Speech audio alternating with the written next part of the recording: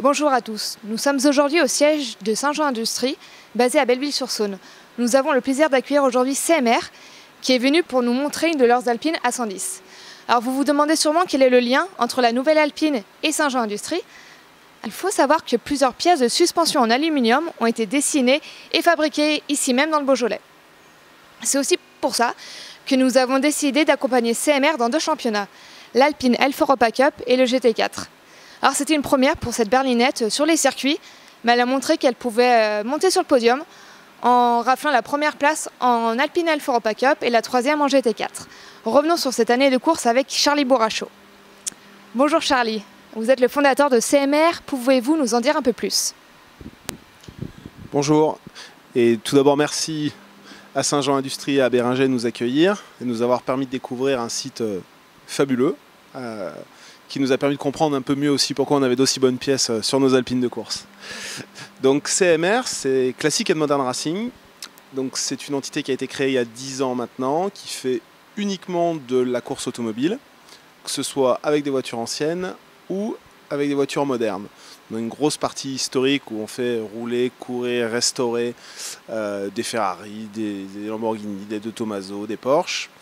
Et une partie moderne qui nous intéresse plus aujourd'hui avec l'Alpine, où on fait rouler le trophée Andros l'hiver équipé en frein Bérenger et le GT4 et l'Alpine Europa Cup l'été, avec donc depuis 2018, enfin le milieu de l'année 2018, l'arrivée incroyable pour nous et une chance pas possible d'avoir pu participer à l'aventure alpine. Et pourquoi avoir choisi cette Alpine pour concourir? Il y a plein de facteurs. Le premier, c'était la passion, évidemment. Dans CMR, il y a classique, je l'ai dit, donc ça veut dire qu'on est d'abord des passionnés de l'histoire de l'automobile. Alpine, c'est forcément une marque emblématique pour nous autres Français, et en plus amoureux de l'automobile, avec des victoires en championnat du monde des rallyes aux 24 heures du Mans, et même en Formule 1. Donc c'était une obligation quand Alpine est arrivé et qu'on a eu l'occasion et la chance de se joindre à Signatech pour être les premiers à faire rouler cette Alpine GT4 en particulier. C'était vraiment une chance qu'on ne pouvait pas louper. Et on se plaint toujours qu'il ne se passe pas des choses bien en France. Là, pour une fois, on n'avait pas le choix. Un peu de franco-français, ça fait pas de mal.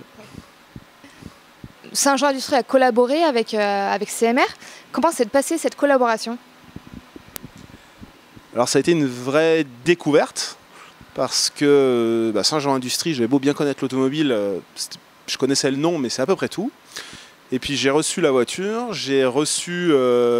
on a évidemment commencé à la détailler de partout, on a vu toutes les pièces de suspension et tout ça, et j'ai trouvé ça vraiment très très beau, très belle pièce, très bien finie. Je me suis dit, mais qui c'est qui a fait ça?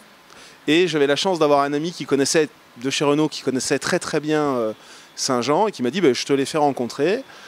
Et voilà, et c'est comme ça que l'aventure est arrivée et qu'on a passé une belle aventure, une belle année avec la visite de plus de 50 des collaborateurs de Saint-Jean Industrie pendant les courses. Belle rencontre et plein de bons souvenirs déjà pour cette première année. D'accord. Et donc ce matin, aujourd'hui, vous avez pu découvrir l'usine où sont fabriquées ces pièces pour Alpine. Qu'est-ce que vous retenez de cette visite?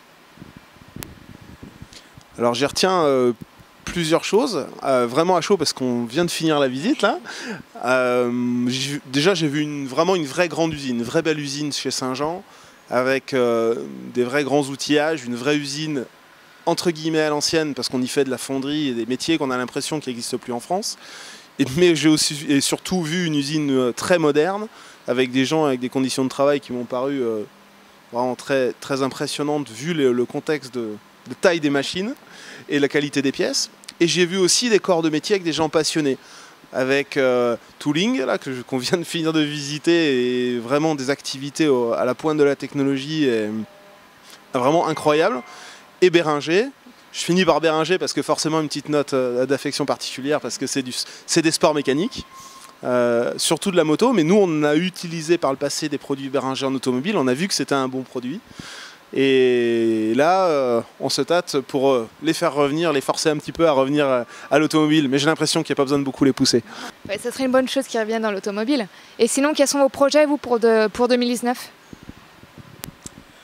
Eh ben, on repart en course, comme on a fait donc en 2018 avec des Alpines. On en ajoute une de plus en championnat de France et en championnat d'Europe. Donc on aura 3 Alpines.